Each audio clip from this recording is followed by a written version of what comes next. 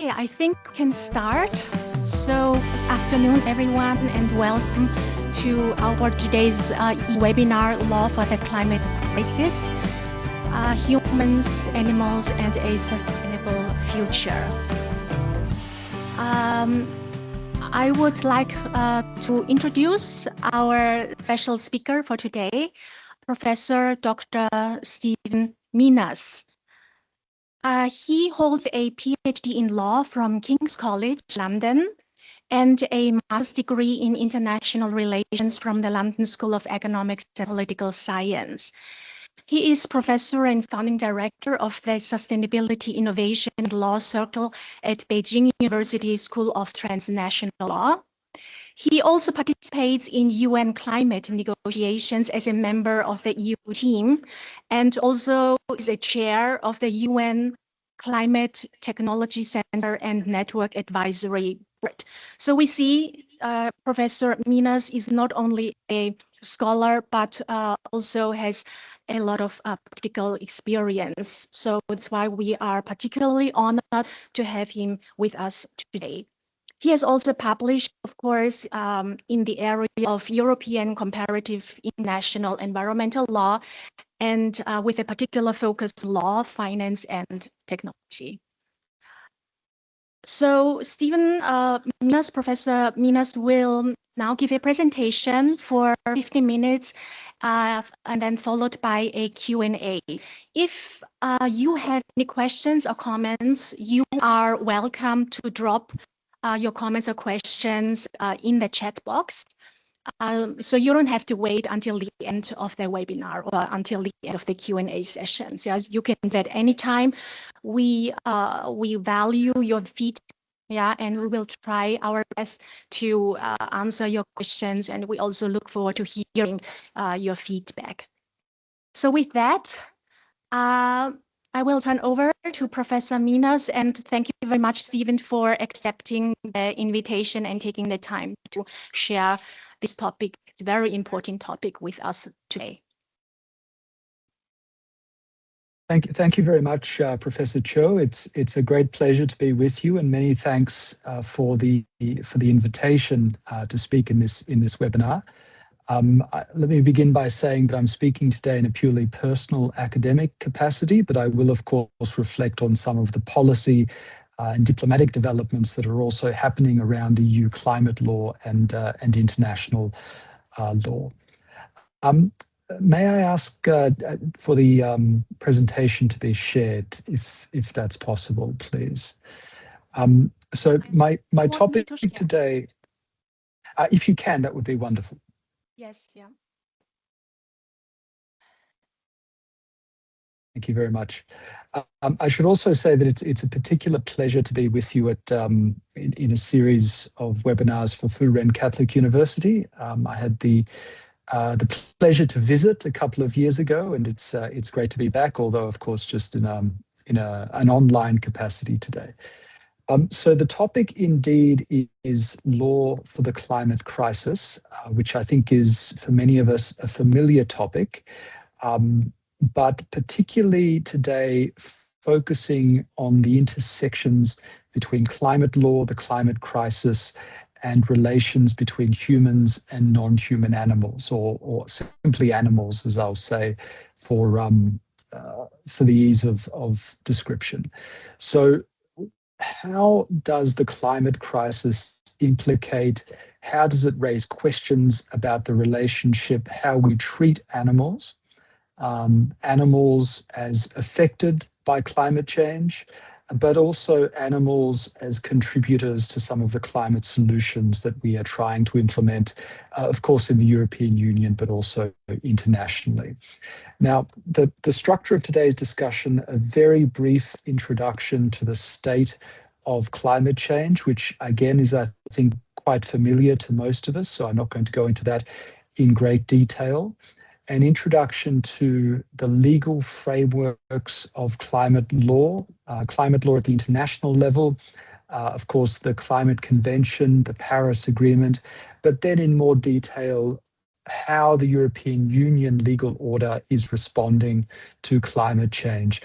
And as we shall see, this is something which is anchored in the current treaty framework of the European Union.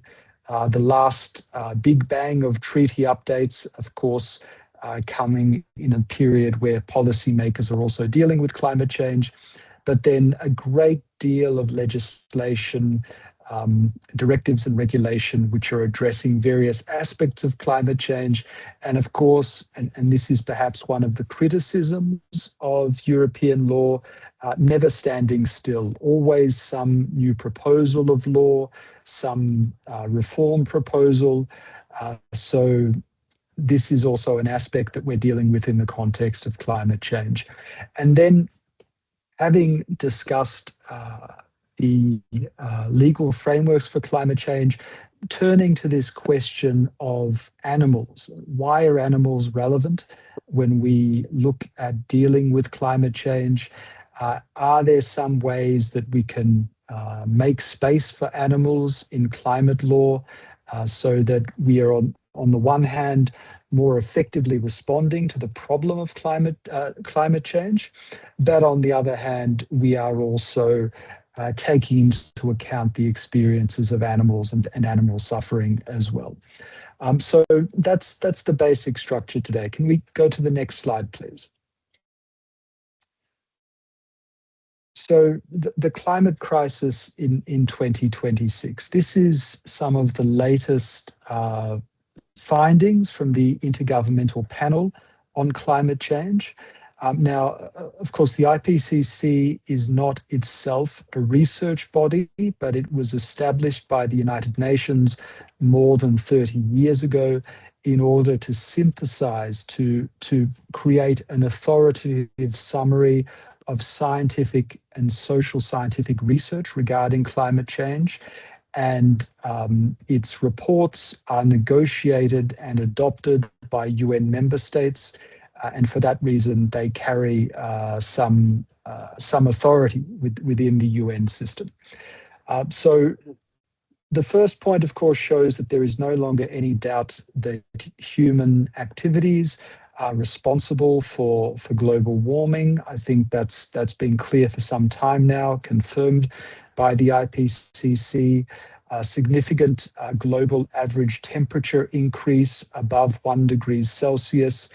And most experts, and I'm not a scientist, but most scientific experts say that it is now inevitable that we will eventually cross the 1.5 degrees threshold of global temperatures being on average 1.5 degrees higher than they were before the Industrial Revolution. But the IPCC also makes the point that every increment, so every fraction of a percentage point of higher temperature increase intensifies the hazards. So it matters the degree to which we can limit and perhaps ultimately reverse temperature increase. A huge proportion of humanity, as you see there, living in highly vulnerable contexts. So we think of low-lying coastal areas, of course, vulnerable to typhoons and other extreme weather events. We think of water-stressed populations subject to desertification and so forth. So, and of course, not by coincidence, there is a strong relationship between climate vulnerability and poverty as well. So this is also a hugely significant developmental challenge. The next slide, please. So in terms of the response to climate change on the side of limiting greenhouse gas emissions, we see that this is requiring dramatic change across all major sectors: energy industry, transport and agriculture. And then, of course, finance is a cross-cutting sector in the sense that it is a tool of economic activity across different sectors, and finance can either be directed to solutions or to activities that are making the problem worse. I've got some examples of the economic thinking on the screen. I think I'll simply say from the Stern Review 20 years ago now, acknowledging climate change as a market failure. In other words, the private sector, the markets left to their own devices, are not going to solve the problem of climate change. There needs to be some sort of public policy, legal, regulatory intervention. That was perhaps controversial some time ago. It's probably accepted in most jurisdictions now. The obvious outlier, of course, is the United States under its current leadership. So in the energy sector, of course, the big cleavage is between the fossil fuel sources of energy on the one hand and the low or zero emission sources of energy. So there we're talking about renewable energy as well as nuclear energy in those jurisdictions that have nuclear. And of course, that's not universal. We've seen renewable energy become increasingly cost competitive over the last 20 years, but still the bottom line is fossil fuels accounting for something like 80% of total energy supply. Less, but still a majority of electricity supply. So in a sense, a lot of good work has been done in energy economics, renewables, but the basic task is still in front of us. Next slide, please. On top of these challenges, of course, we confront a very challenging policy environment currently globally.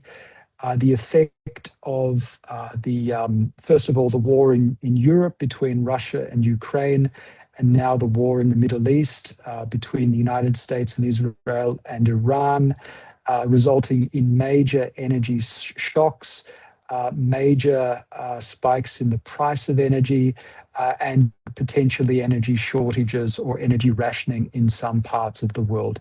All of this makes the challenge of energy transition harder, at the same time, of course, as it increases the incentive to build out domestically sourced renewable energy.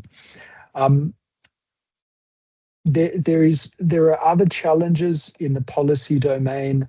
I've already mentioned, of course, that the United States, under its current leadership, is actively hostile to climate policy. That is making itself felt in a number of international negotiating contexts. The International Maritime Organization is an example of that.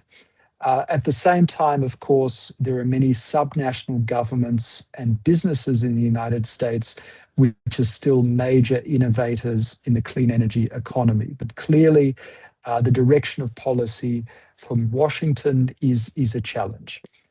Now, despite these challenges, we have seen agreements under the Paris Agreement to transition away from fossil fuels, to increase climate finance for developing countries, etc. But as these shocks of war, inflation, costs of living challenges wash through, we see many economies, dozens of countries delaying their new climate plans under the Paris Agreement, or perhaps not being as ambitious as they could otherwise have been, because, of course, and very legitimately, the public, there are greater pressures on the public budget, and there are more urgent tasks that the citizens are demanding. Next slide, please. So where does law figure in this response to climate change? What we can say is that for more than 30 years now, there has been a United Nations-based multilateral legal framework established to deal with climate change. It is law or I should say more clearly, it is international law in the formal sense, in that it is a treaty-based regime. So for those of us who are lawyers or law students, it is within the International Court of Justice's definitions of the sources of international law, Article 38. However, we have to say it is quite weak law in the sense that it is not readily enforceable. There are no means of formal adjudication litigation or arbitration at the international level. And effectively, what we have here is law that countries have signed up to, but which they essentially self-implement and which cannot be forced upon them. So it is a way of recording the outcomes of negotiations between UN member states. The UN Framework Convention on Climate Change, which has the overall objective of stabilizing greenhouse gas concentration in the atmosphere at a level that would prevent dangerous climate change. Now, when we get to the Paris Agreement, that is translated into the temperature goal, the limiting of global temperature increase to well below 2 degrees Celsius. The other important thing that the Climate Convention does is it distinguishes between developed countries and developing countries. And the two have very different sets of obligations. I'm going to skip over the Kyoto Protocol because it's less relevant today. Can we go to the next slide, please? So then the current legal framework in the UN system is very much focused on the Paris Agreement. So 2015, as I mentioned, setting that new temperature goal and introducing a system under which all UN member states, regardless of whether they are developed or developing countries, must nominate a climate mitigation target. So a target to either reduce emissions, greenhouse gas emissions in absolute terms, or at least reduce the intensity of emissions, so to slow the growth of emissions. And of course, still with the expectation that developed countries have to do more, the rich countries have to be more ambitious. Now, the way this works is that every party to the Paris Agreement has to nominate its climate plan with this target every 5 years, the so-called Nationally Determined Contribution, or NDC. And every subsequent version has to be stronger, more ambitious than the previous target. So the idea is that even if the aggregate ambition initially is not particularly high, it goes up over time towards a stronger set of targets. And indeed, that is what we have seen. Now, of course, the targets are not necessarily going to be achieved. So the implementation is a different question.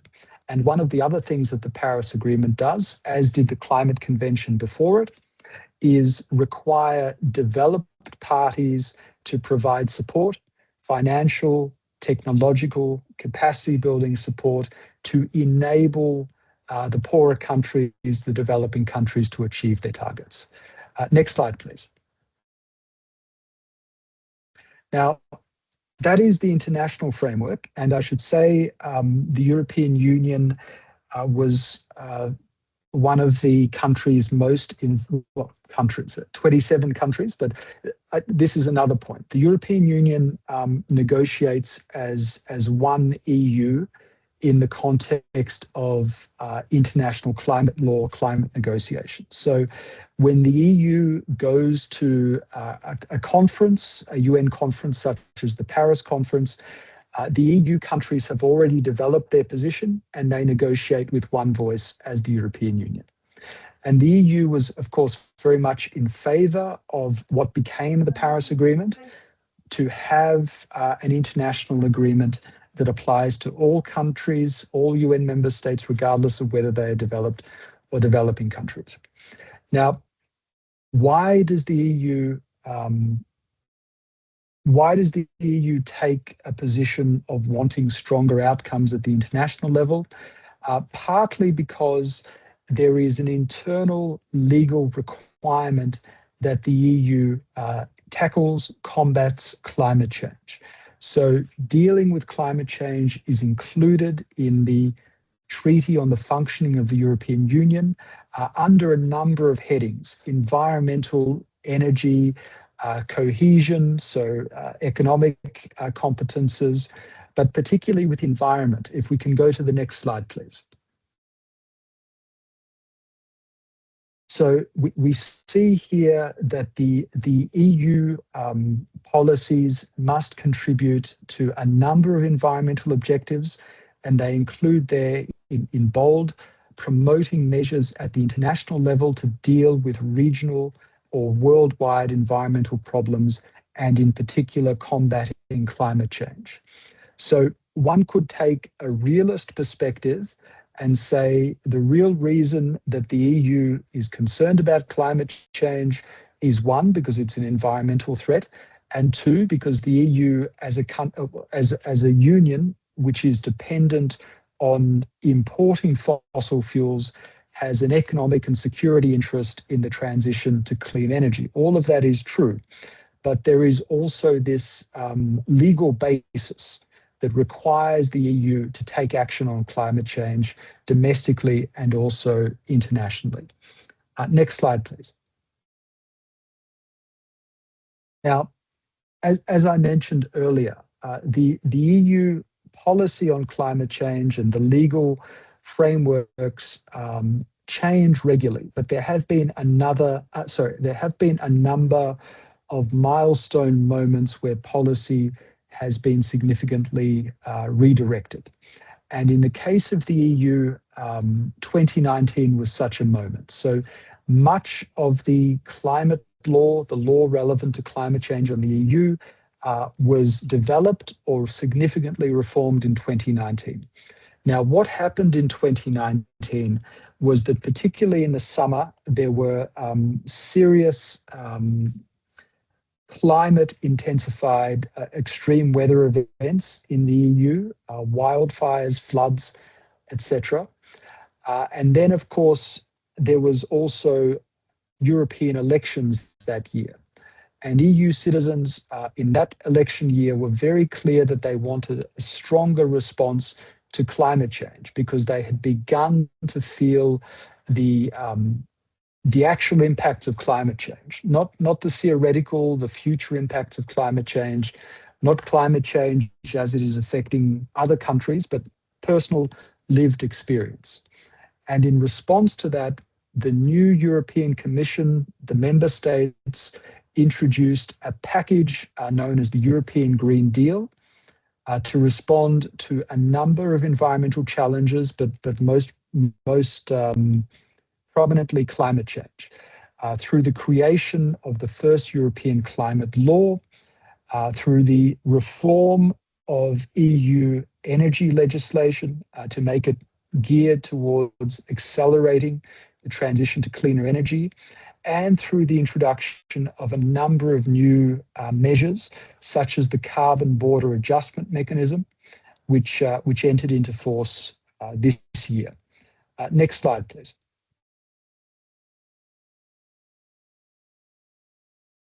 So, the European Climate Law. Now, here is an example of the EU not as a leader, but as adopting legal reforms from other jurisdictions. Because many non-EU countries, or in the case of the United Kingdom, a former EU country, had adopted their own national climate laws earlier. But what this climate law does, building on those experiences, is it takes the temperature goals, the climate mitigation goals of the European Union and converts them from policy aspiration to legal obligations. So written into binding law. The way that the EU has done this, committing to net zero by 2050, which I believe is a target shared also in Taiwan, and then having decade-to-decade targets 2030, 2040. So originally, in the European climate law, at least 55% greenhouse gas emissions reductions by 2030 on a 1990 baseline. Recently, the law was amended to include a target, a very ambitious target of 90% emissions reductions by 2040, and then a policy architecture for this, requiring member states to have their own national climate plans to achieve this, a process of submission, peer review of climate plans, and a process for setting the intermediate targets, which we have seen, of course, has already happened in the case of 2040. So a milestone law and very much one of the key outcomes of the European Green Deal. Next slide, please.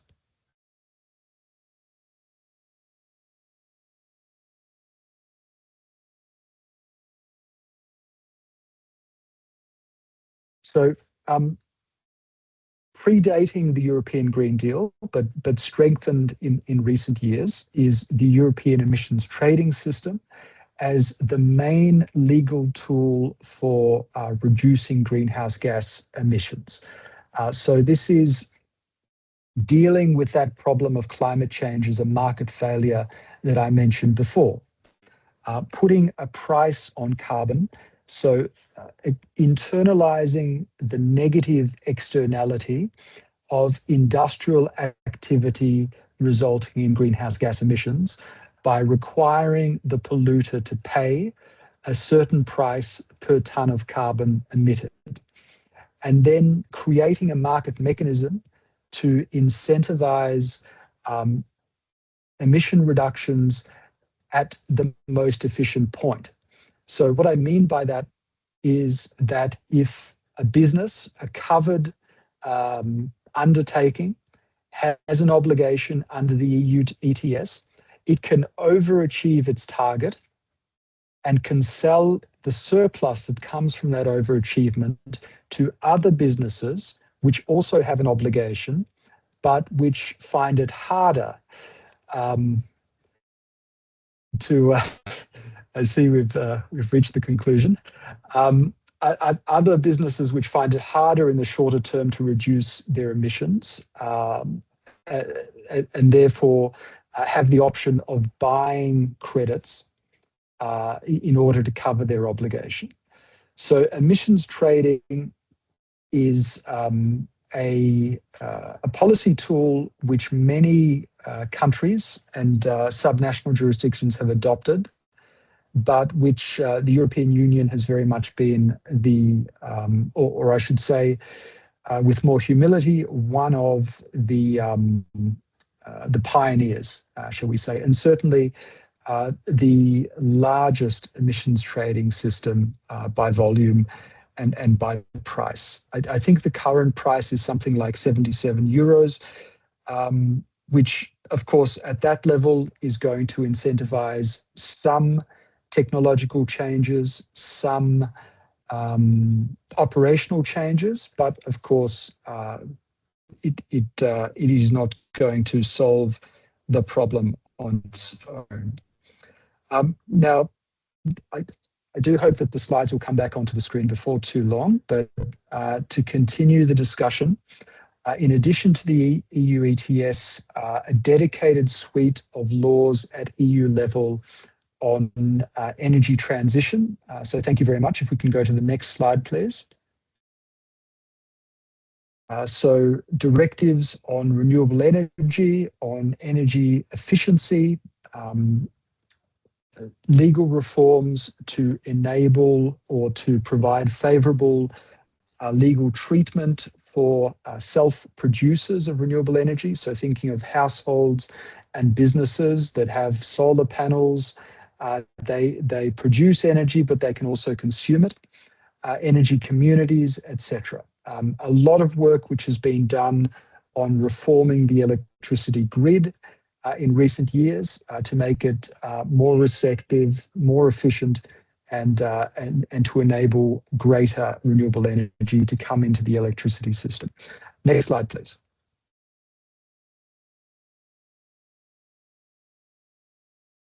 Now, as mentioned, a very strong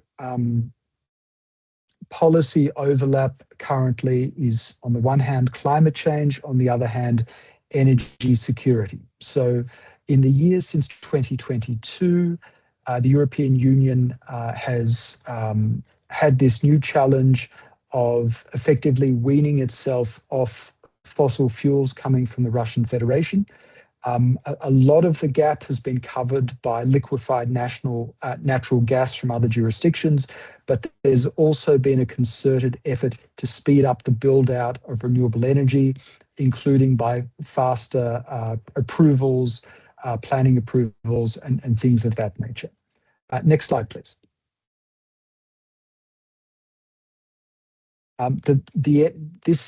The question of energy security is now even more on the agenda since the US and Israeli attack on Iran and the resulting closure of the Strait of Hormuz. So a very significant minority of oil and gas that would otherwise have been on the market, no longer on the market, raising the prices, but also leading to some localized rationing, or at least preparing for rationing of fuel.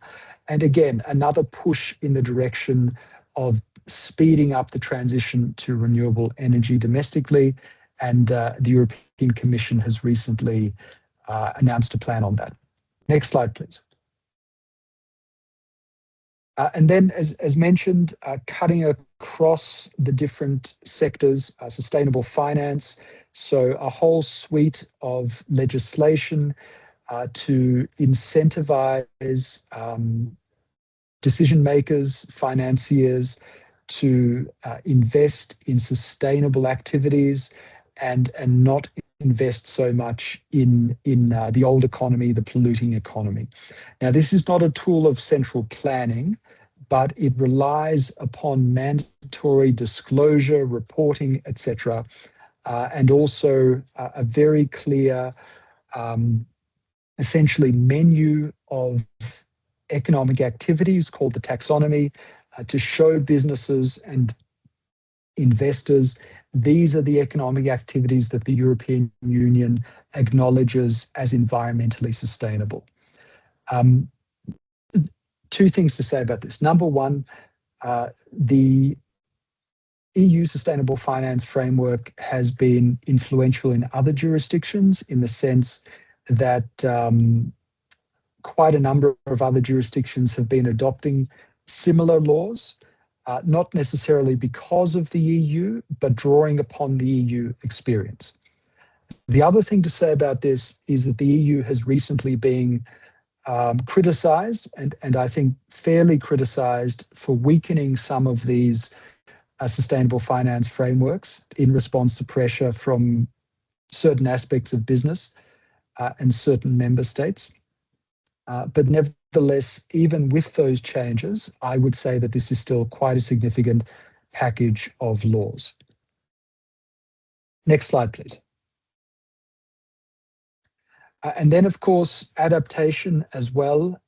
So adaptation is, I would suggest, harder to deal with on the basis of binding law, but there is a requirement in the climate law of national adaptation strategies. So preparing to manage the change, the physical environmental change resulting from climate change, as well as European climate risks assessments to deal with problems such as heat waves, floods, etc. Next slide, please. Just transition. So a package of laws which are essentially designed to assist regions of the European Union, regions in particular EU countries, which are reliant for their employment, for their business on fossil fuels or industrial activity that will be reduced as a result of the policy transition. So think of things like retraining, investing in new industries, etc., things of that nature. Next slide, please. And then, of course, international aspects. And one of the most topical of these is the CBAM, the Carbon Border Adjustment Mechanism. And this is a tool to level the playing field. So as I mentioned, EU businesses in sectors covered by the emissions trading system currently have to pay something like 77 euros per tonne of carbon dioxide. So in order to compete fairly with imports from third countries which do not have such a carbon price, the EU has introduced this CBAM, which requires EU importers of foreign products to pay the difference in carbon price at the border. So This is a measure of domestic law. It is directed at EU importers, but with the objective of creating a level playing field on the basis of carbon price within the European Union. It has obviously been very controversial internationally. Many countries disagree with this, but the EU is going ahead with this, and a number of other jurisdictions have also introduced or in the process of introducing similar carbon border adjustments. Next slide, please. And just before going on, the final point from the previous slide should also bear mentioning that under the Paris Agreement, the European Union is the largest contributor of climate finance for developing countries. So I think the figure was 34 billion euros in 2024. So just over a third of the $100 billion a year target to be contributed by developed countries to developing countries. Now, to turn to so that is a summary of EU climate law. And as you can see, there is rather a lot of EU law on climate change. But at this point, I'd like to turn to the question of where should be animals in all this? When we talk about climate law, what is the place of animals? And if we begin with the realities of climate change, we can say that climate change is exerting a profound and in many cases very negative influence on the habitat that animals rely upon. Many experts refer to a mass extinction, which is currently underway, not solely caused by climate change, but accelerated, made worse, made more intense by climate change. We see that as temperatures increase, the range or the location of certain animals change. They migrate. We think of fish, of course, who are able to migrate to waters which are less hot, which are more in the temperature range that is natural for them. This also happens on land, of course, and sometimes we see this vertically as well, that animals go up to escape the temperature increase at lower altitudes. And this, of course, impacts, first of all, other animals who rely upon animals beneath them in the food chain for sustenance. But of course, it also has a profound impact on humans. We think on humans reliant on fishing, for example, for food. But we also think of the impact on other sectors, something like the coral bleaching that we see here, impacting tropical areas and people, locations which are reliant upon tourism to earn their living. So very significant impacts. And then, of course, the final one, which is the relationship between climate-driven habitat change, range change, and the spread of disease. Next slide, please. We can say that animals, particularly in the agricultural sector, are contributors to climate change, not in a moral sense, obviously, but in a practical sense, that livestock are a significant source of greenhouse gas emissions, 12%, according to the Food and Agriculture Organization. And of course, that is a matter for climate mitigation. I'll have more to say about that in the EU context. Next slide, please. In a way that I've already mentioned, animals are clearly victims of climate change, not just the sort of gradual change that I've already described, but we think of extreme weather events which are made more intense or more frequent by climate change, potentially devastating the habitats of animals and killing very many animals in a short period of time. And the wildfires in Australia in 2019, 2020 are an example of that. Next slide, please. And finally, animals are not just contributors to climate change or victims of climate change, but of course, they're also part of the climate solution. So animals in their natural activities, strengthening the resilience of particular ecosystems to climate change and other negative impacts. The rewilding of animals, enabling them to contribute to natural carbon sinks in vegetation, in forests, for example. So animals, in a sense, are potentially partners in dealing with climate change in the same way as they are contributors to emissions and negatively affected. Next slide, please.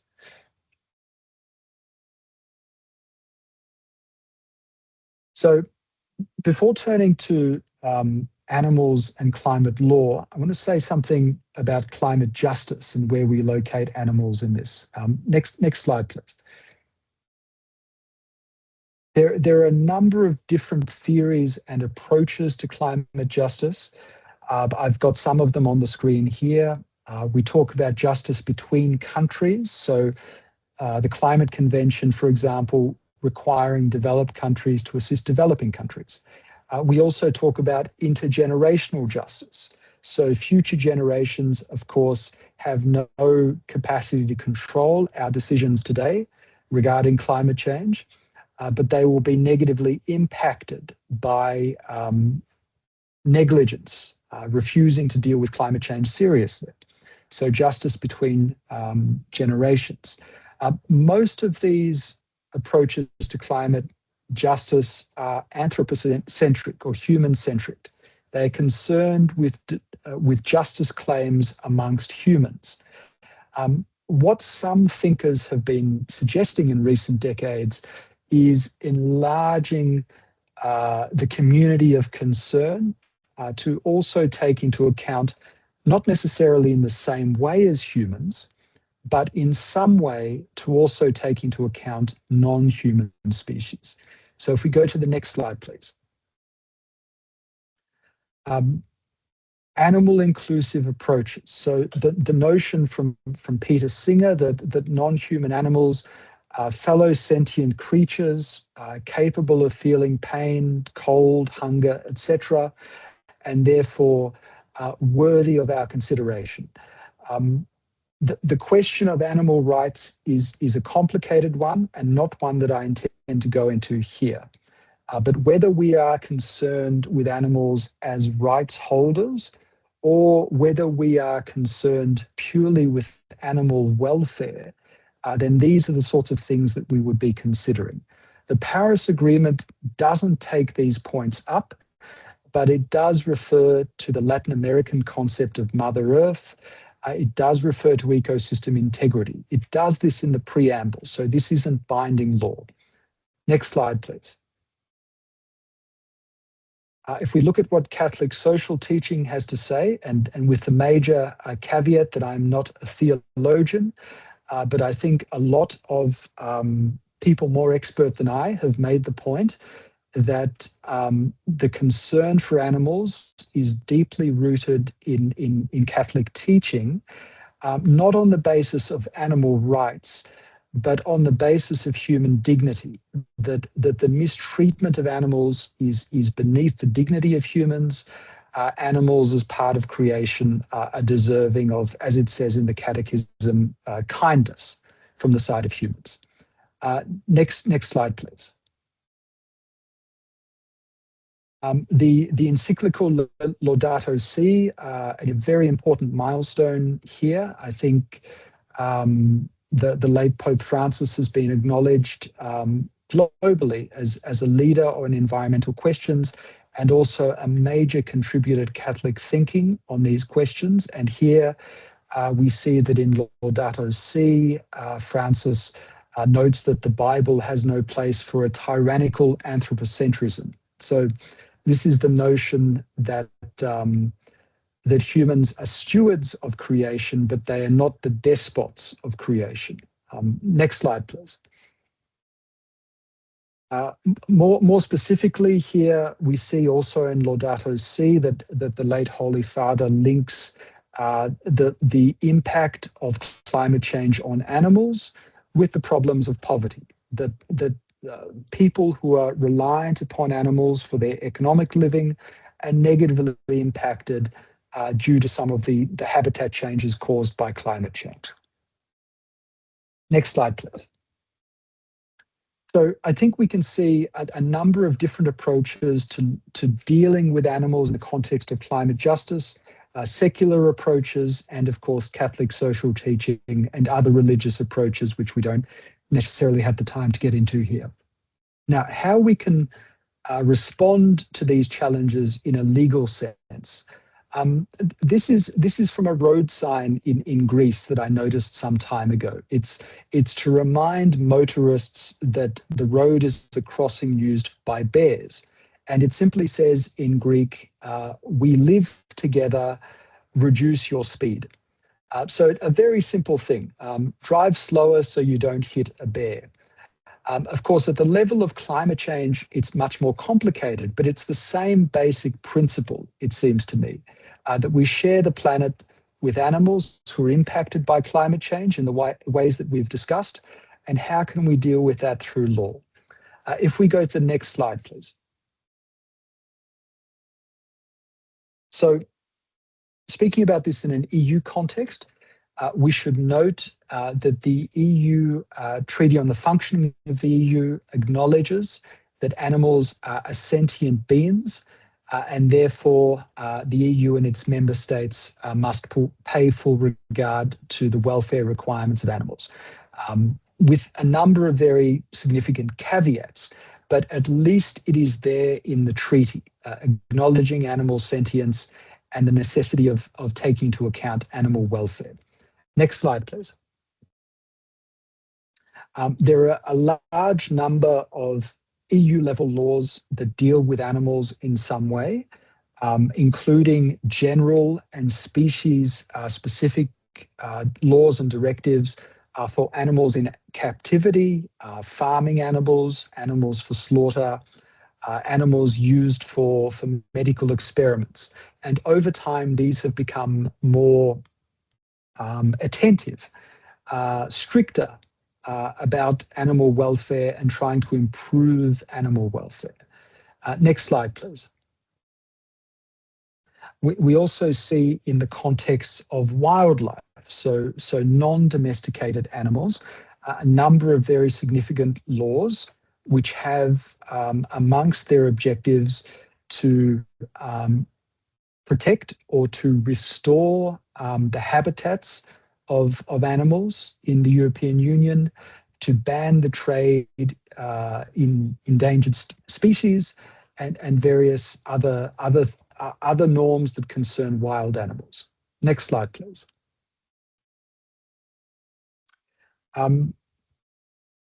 Recently, and this is something that's been accelerated by the 2020 pandemic, law has also dealt with the interface between animal health, animal welfare, and environmental change. So something like the, just go back to the after the wildlife slide. So the yes, the animal health law dealing with that question. And then if we move to the next slide concerning trade, a number of prohibitions on trade that is harmful to particular animals. Obvious things such as the trade in seals being completely inadmissible, ban on cat and dog fur, etc. Next slide, please. A number of member states also, so this is national law, but improving their recognition of animal welfare at the legal level. So Germany in its civil code providing that animals are not things. The French civil code, animals are sentient beings, etc. Next slide, please. So this is the body of existing law. If we go beyond it to see what some of the most recent reforms are, to consider better the relationship between humans and animals in the climate context. If we go to the next slide, please.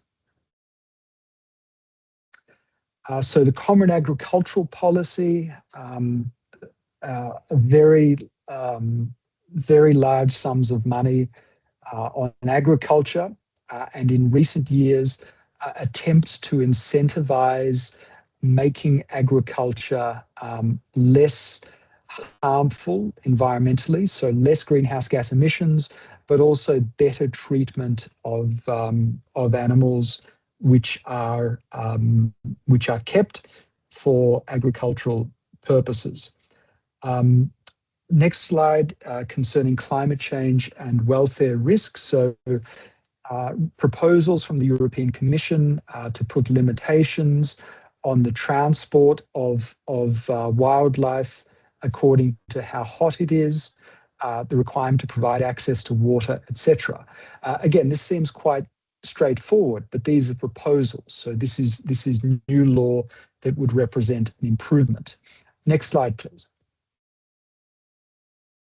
The deforestation regulation, another piece of EU law which has been internationally controversial, but is essentially trying to take away incentives to deforest areas, including for agriculture, by placing bans on commodities being imported into the EU as a result of deforestation. Next slide, please. So the Nature Restoration Regulation, a very significant recent reform that, if implemented, will have obviously a very positive impact on animals by restoring large amounts of land and sea within the European Union to restore their habitats. Next slide concerns fisheries and marine animals. So here we find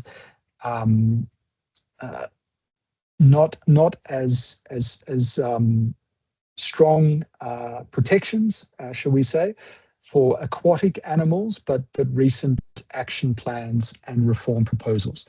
The next slide, and this will be my final point. One of the things that this tour suggests, this legal tour suggests to me, if we turn to the question of adaptation and climate risk, and this also concerns healthcare, is that the separate crises of climate change, extinctions, threats to human and animal health, including pandemics, are connected. And that is increasingly recognized at the international level and the EU level. So if we go to the next slide, we see the adoption of this concept of One Health. So an acknowledgement of the linkages between human, animal, and environmental health. This has been noticed in the context of pandemic response, but also more broadly. So if we go to the next slide, please. This is an illustration of how climate change has a negative impact on ecosystems, negative impact on particular animals. Animal health is potentially impaired. And as we saw in the context of COVID, there are such a thing as zoonotic diseases which originate in non-human animals and can make the leap to humans. So that's an oversimplification, of course, but this concept is an acknowledgement of the need to address these linkages between human, animal, and environmental health. Next slide, please. This has been recognized and adopted in the new pandemic agreement, which is not yet in force, but may enter into force in the coming years. And also at the EU level, if we go to the next slide, we see a number of legal and non-legal instruments which take into account and which deal with the linkages between human, animal, and environmental health. And what this suggests to me, if we go to the conclusion slide, just to skip forward a bit, is that when we consider what law for the climate crisis should look like if it is to be made more effective, it seems to me that we do need to account for the role of animals in a more systemic way, both to make our climate laws more effective at dealing with the impacts of climate change, but also to take into account the impact of climate change on animals. One Health is one approach to that in the context of public health. Perhaps it's a model that can be built upon in other areas of law, which also implicate human-animal relations. But finally, I think that this is an area where it is not just the EU which is working, but other jurisdictions too. So I'm very much interested in your experience and also to share ideas in this area of law as we work together to care for our common home and deal with the threat of climate change. So thank you very much, Cecilia, and I'll stop there. Thank you.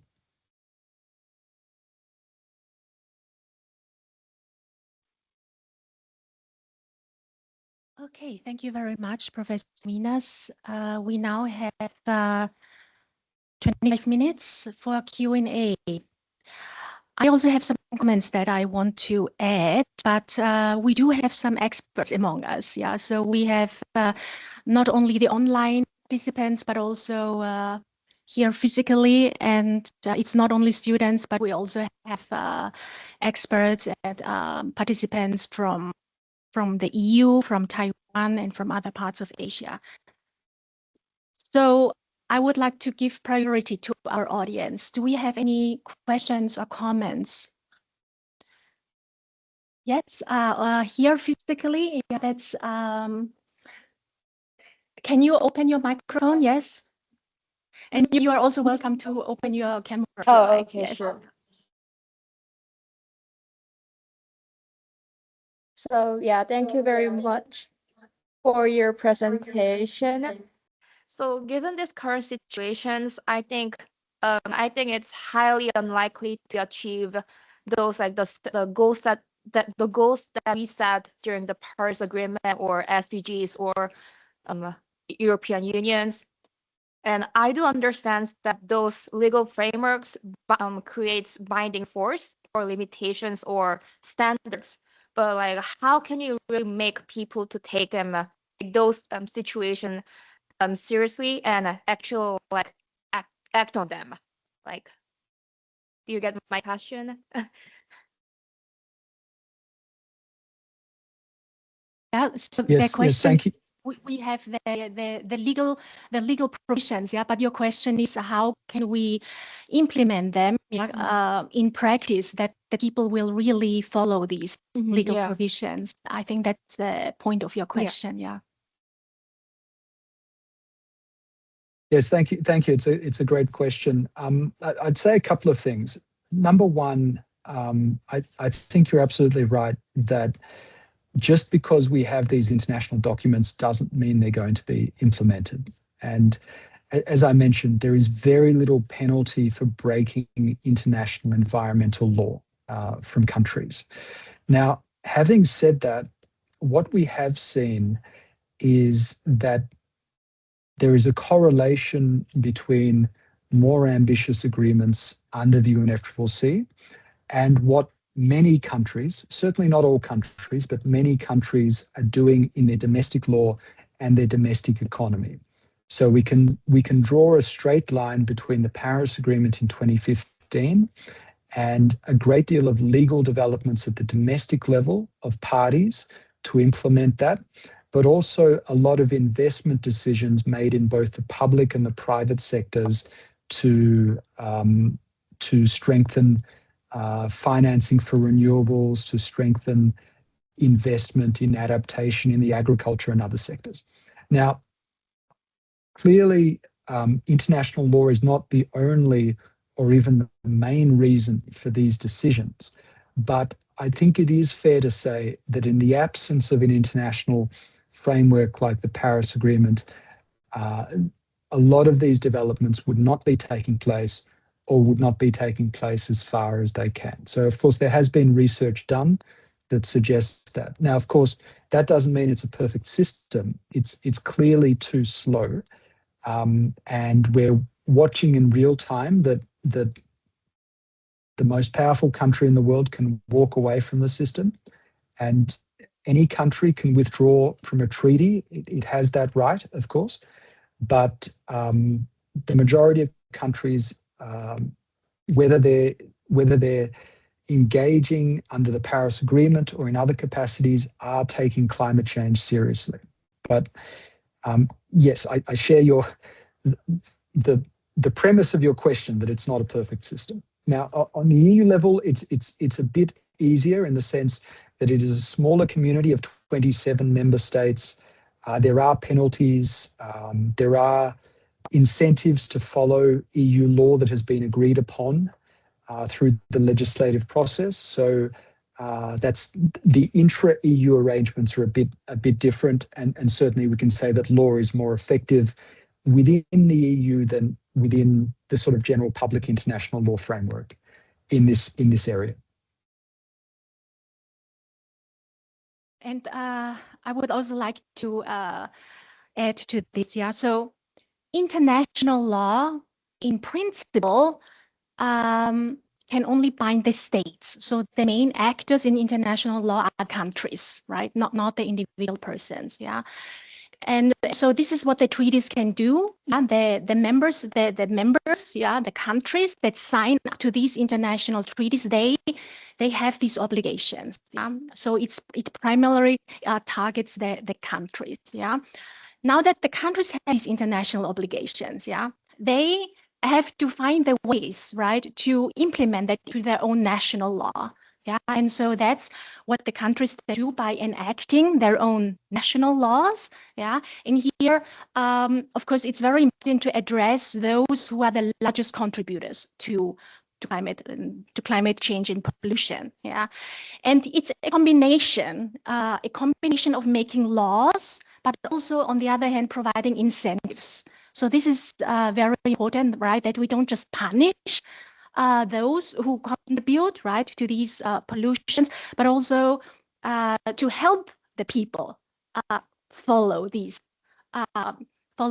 provisions, and in this way make the green transition successful. Yeah, so it's a combination of law in combination with the motivation or the incentive, and we can also compare this like called carrots and sticks. Yeah, so the carrots would be the incentives, yeah, and the sticks would be the law, where there would be real sanctions. Yeah.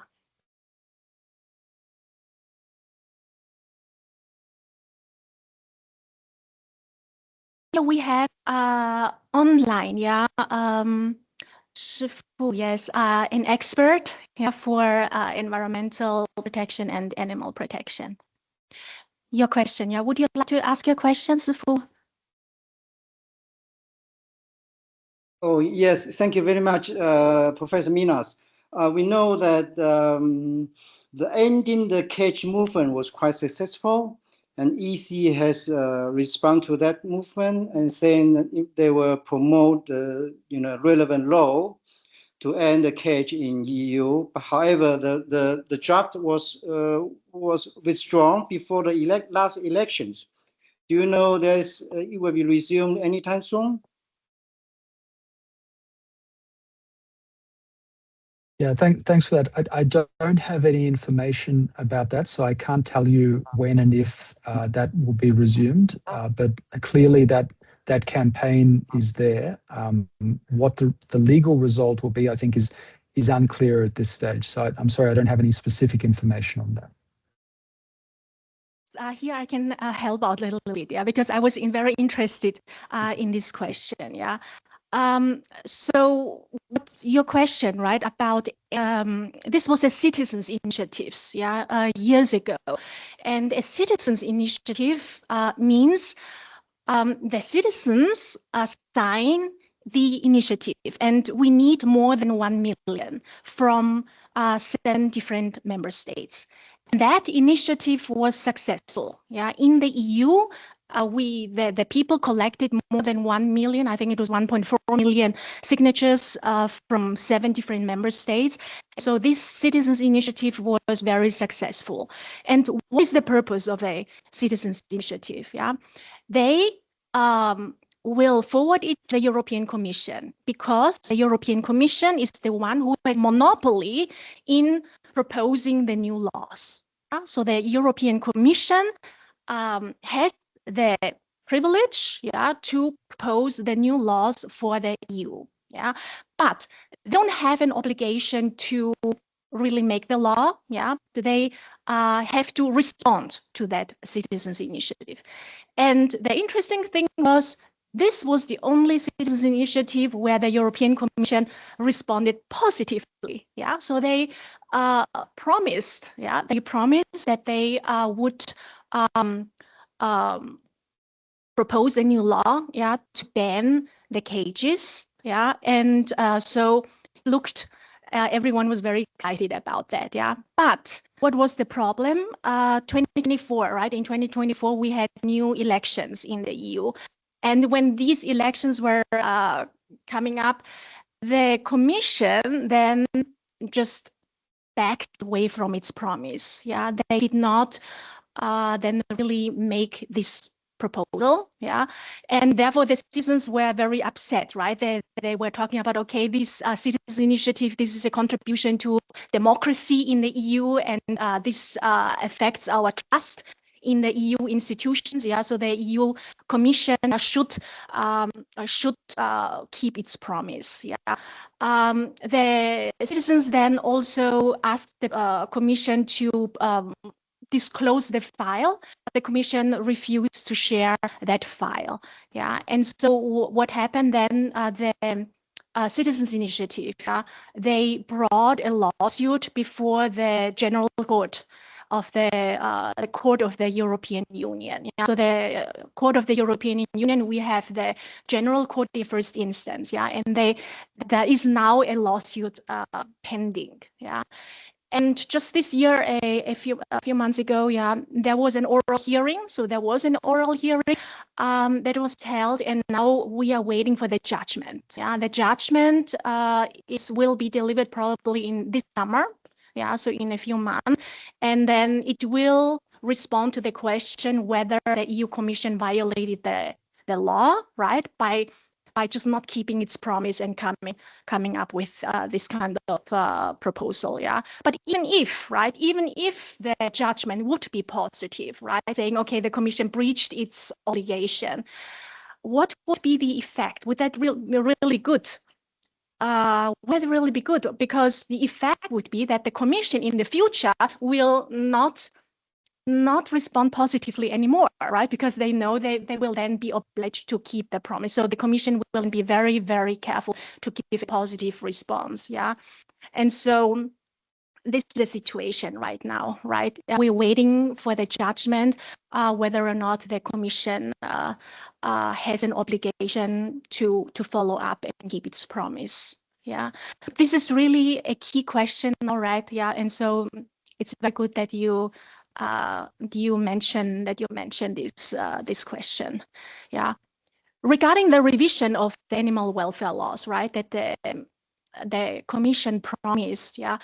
What they are doing now is they are revising sectoral animal welfare laws. So not everything at once, but they do step by step review the laws. Recently they have adopted, improved certain laws, for example, with regard to the dogs and cats and fish, etc. Yes.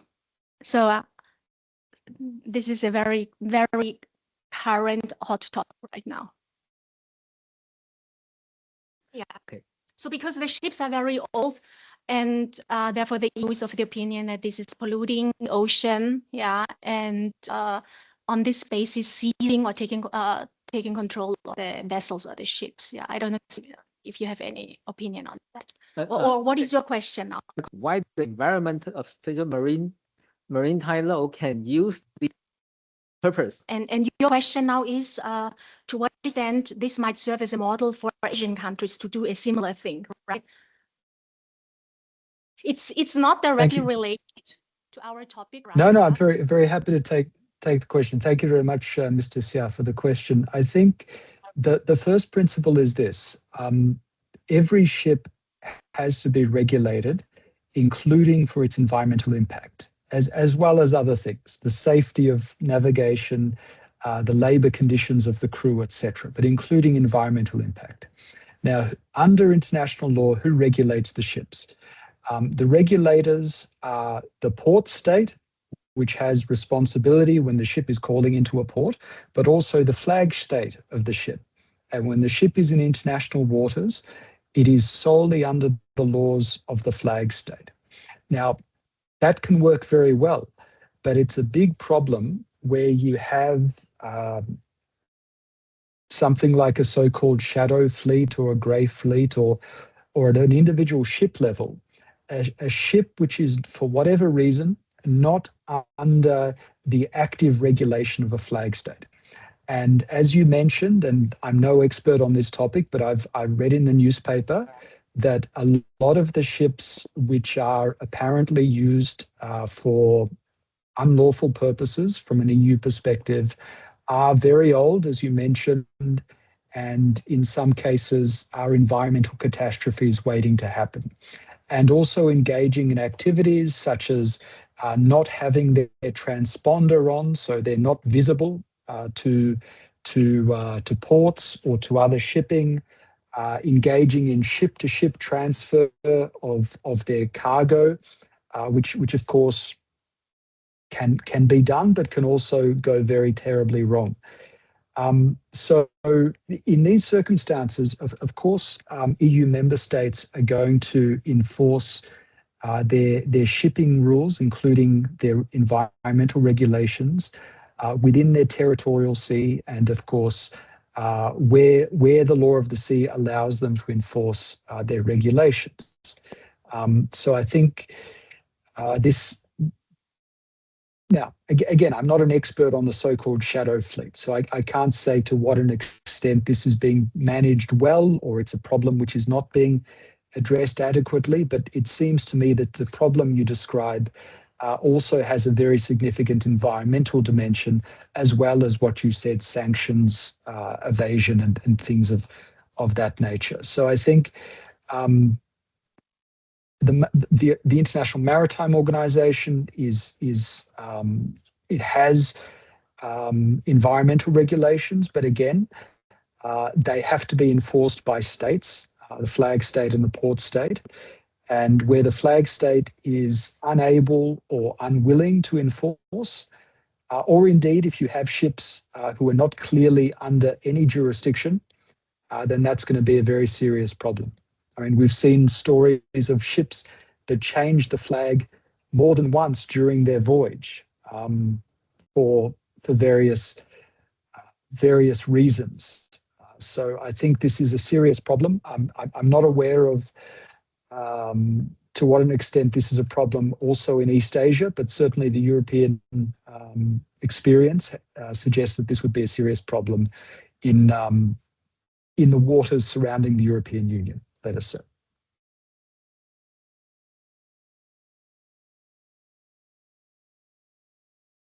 Question here, yeah, please go ahead. Through this, okay. Hello. I was wondering whether there is a structural tension between the European citizenship initiatives and the Commission's legislative discretion, and whether this tension can be resolved and how it interacts with domestic legal systems, given that implementation ultimately depends on member states. Thank you. Did you get the question? So you're asking about the citizens initiative, right? Yeah. Yeah, and how it interacts with domestic legal systems. How it interacts with the national member states system. Yeah. So the citizens initiative is at the EU level. Yeah, yeah. it is forwarded to the European Commission, and then it's up to the European Commission whether or not they make a respective legislative proposal. This is the special thing in the EU, right? That the Commission has the monopoly. Only the EU Commission can draft a new law. Only they can come up with a proposal for a new law. So this has got nothing to do with the national law, but it's about EU law. Yeah, so once the EU law, the EU Commission will then make a proposal, and when there is a proposal, they will forward it to the legislative, and that is the European Parliament and the Council, and then it's up to them to make a law, whether or not they pass the law. They do it together in negotiations, right, together with the Commission. It's called the trilogue, yeah, and then when it passes, when we have an EU law, then it will apply in the member states. Yeah, and when we have the EU law, it depends on, right, if it's a regulation or a directive. The regulation would directly apply everywhere in the member states. If the directive, then only the goal is binding for the member states, and the member state would have to transpose it into national law. Since it is an international question, It's yes. So I mean, how do we like the countries that is non the member of the EU, this member, the EU member states. Yeah. Yeah. How does it affect the EU member states? Yeah. how do we react or interact with this, Citizens Initiative. yeah. Professor Minas, do you have an opinion on that? They're regarding the Citizens Yeah, thank you. Initiative. Of course. Well, I think Professor Chu has already explained the legal process. What I would add, though, is that I don't think it is futile or a wasted effort if there is a successful citizens initiative, but it doesn't end up becoming binding EU law. I think these are forms of citizens' engagement that place pressure upon decision makers, and ultimately the Commission is not, as Professor Agnes said, the Commission is not the only decision maker here. The Commission can only propose. It cannot write the law itself. So there is no going around the member states to have EU law. You have to have law that will be adopted by the Council of the EU as well as the Parliament. But I think even if that is not successful, these citizens' initiatives do show where there is an expectation of action across a number of member states. And the outcome doesn't have to be legal. There are a number of ways to take up these challenges. Obviously, those who are proposing legal change want legal change, but that is not always going to happen. And that's just the way it is. Over.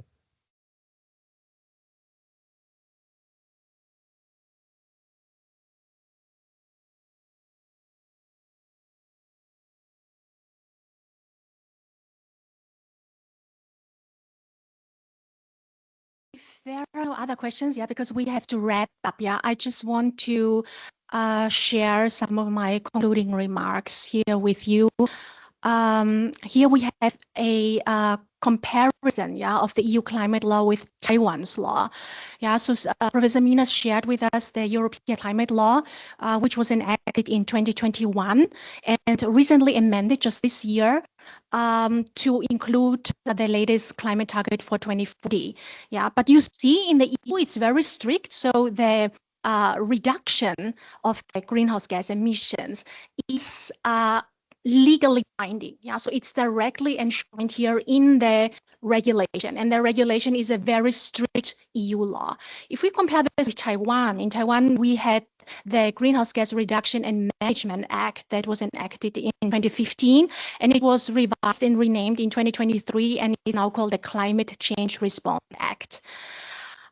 If we compare the emission reduction goals, we now also have the net zero emissions by 2050. So this long-term goal we now also have enshrined in Taiwan's law. However, with regard to the intermediate climate targets, such as by 2030, by 2030 or by 2040, that is not enshrined in Taiwan's law. Yeah, we do have the policy papers. For example, it's mentioned in the in the policy papers. Yeah, but it's not in law itself. Yeah, here we do see that the EU really is very advanced, yeah, and very ambitious in reaching these legally enshrined targets.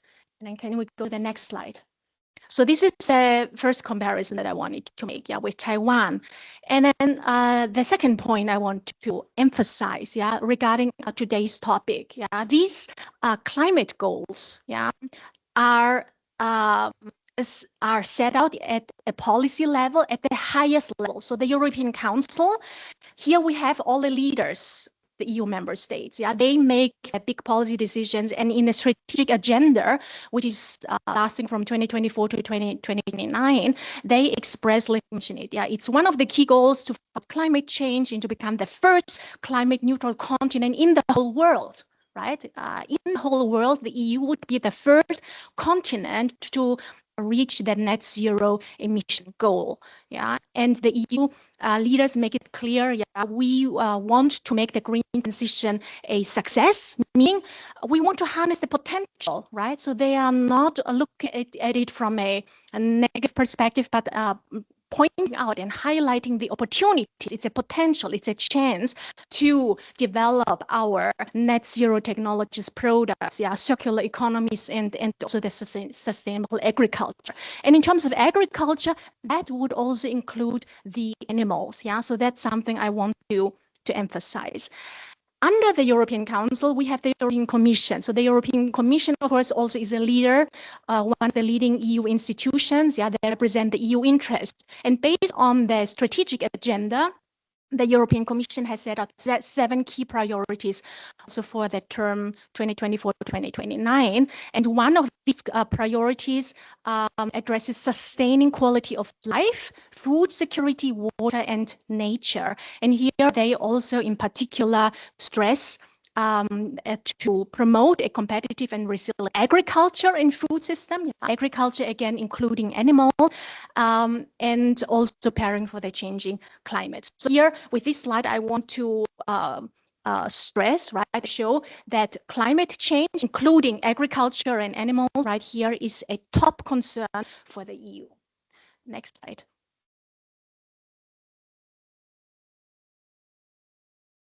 Next slide, yeah. So this is the reference. Yeah, next slide. Yes, and now here we have a very interesting study that was published in a journal, Nature Food, and it shows that a large, overwhelming majority of the EU agricultural subsidies goes to animal-based, to promote agriculture, animal-related agriculture. Yeah, so the common EU agricultural subsidies, meaning this is taxpayers' money. Yeah, this is what all the EU citizens, they are paying the tax, and then based on this tax, the EU is providing the subsidies to the agricultural sectors. Yeah, and in particular to the large farms. Yeah, the bigger the farm, the more subsidies they get. Right, and all the subsidy is to subsidize the farms that are farming animals. Among others, yeah, and then these animal-based agricultural sectors then again produce, of course, a lot of emissions. Yeah, so this is not very efficient at the moment, right? That the taxpayers are paying so much money, the EU is promoting all these animal-based agriculture, and then it again produces a lot of greenhouse gas emissions. Yeah, so the new strategy now is, go to the next slide. This is now the turn, right? They really, I think, the key to improve the situation for the future. Yeah? If we can see this connection of agriculture, yeah, that this is so much contributing to the climate crisis because of these animals, right? That we keep with factory farming, etc. And so the good news here is that in 2025, the European Commission, yeah, published a communication, yeah, setting out a vision for agriculture and food. And here they say the farming and food sector, yeah, must also contribute to the EU climate objectives, yeah. And this means that the common agricultural policy, meaning that the subsidies, all the money that the EU is paying to the farmers, has to promote sustainable farming, yeah, not that kind of farming that again is producing a lot of greenhouse gases, but the sustainable farming, yeah. And what they also mention here, yeah, in this communication is, yeah, that the EU standards are the highest in the world, yeah. And so it's important, right, that also imports, yeah, when other countries sell the goods to the EU, that then also these imports should comply with the EU standard. Otherwise, it wouldn't make sense, right? If within the EU we have the high standards, but then we import all the foods, all these products, animal products from other countries that are based on low standards. So that wouldn't make no sense. Yeah. So the EU has promised, and they have already started doing this, implementing this, to strengthen the control of imports. And I want to mention this because this is important for third countries such as Taiwan, right? Taiwan is an export nation. We sell the products to the EU, and we have to know, okay, in the future, the EU will step up its control on our imports. So that would be an incentive for Taiwan and other countries to improve our animal welfare standards. Yeah, otherwise we cannot export our product to the EU anymore. So this is going in the right direction. Yeah, and then just a few weeks ago, yeah, April 28th this year, the Commission took another step in this direction by publishing best practices for distributing the common agricultural policies. Yeah, so Professor Minas mentioned it in his presentation. Yeah, the current period, yeah, for paying out all these monies to the agricultural sectors, yeah, goes until next year, 2027. Yeah, and then starting 2028, we have a new period, yeah, where it will be decided, yeah, who gets how much money, yeah, and the Commission now here is providing the guidance for the future distribution, yeah, of these subsidies, yeah, to promote a more sustainable farming. And in this guidance, they provide the best practices, where they also mention the importance of linking these subsidies to animal welfare. So meaning only those farmers who promote animal welfare, yeah, will get the subsidies, yeah. And in particular, here they mention all the transition away from the cages, yeah. So this Sifu was asking this question, right, about banning the cages, and this is also the good news, yeah. In the latest publication of the Commission, yeah, regarding the best practices for distributing these subsidies, yeah, they expressly mention it, that subsidies have to target, yeah, and be linked as a condition be given to those farmers who are willing to redesign the housing systems for the animals away from the cages. Yeah, so this is the latest development. Yeah, next, and this is the final slide that I want to finish with. Yeah. So Professor Minas made it clear, right, in his presentation, yeah, how we are linked, right, the humans and the animals, yeah, and when we want to improve the situation, yeah, and have a more sustainable future, yeah, we must take into account also the animals, yeah, not only the humans, but the animals here really play a very, very important factor.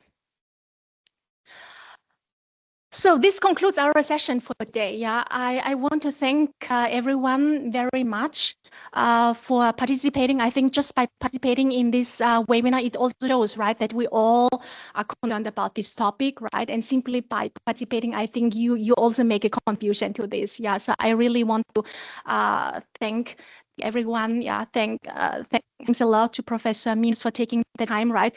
We are not receiving any any subsidies, right? Or we don't have any financial incentives for organizing this this webinar. Yeah, we really do it because we care about this topic. Yeah, so let's do what we can. Yeah, I think it really matters. Each voice matters. Yeah, we cannot just leave it to the legislators, right? The legislators need the people's backing, and so it really depends on every one of us. And to share my personal experience, right?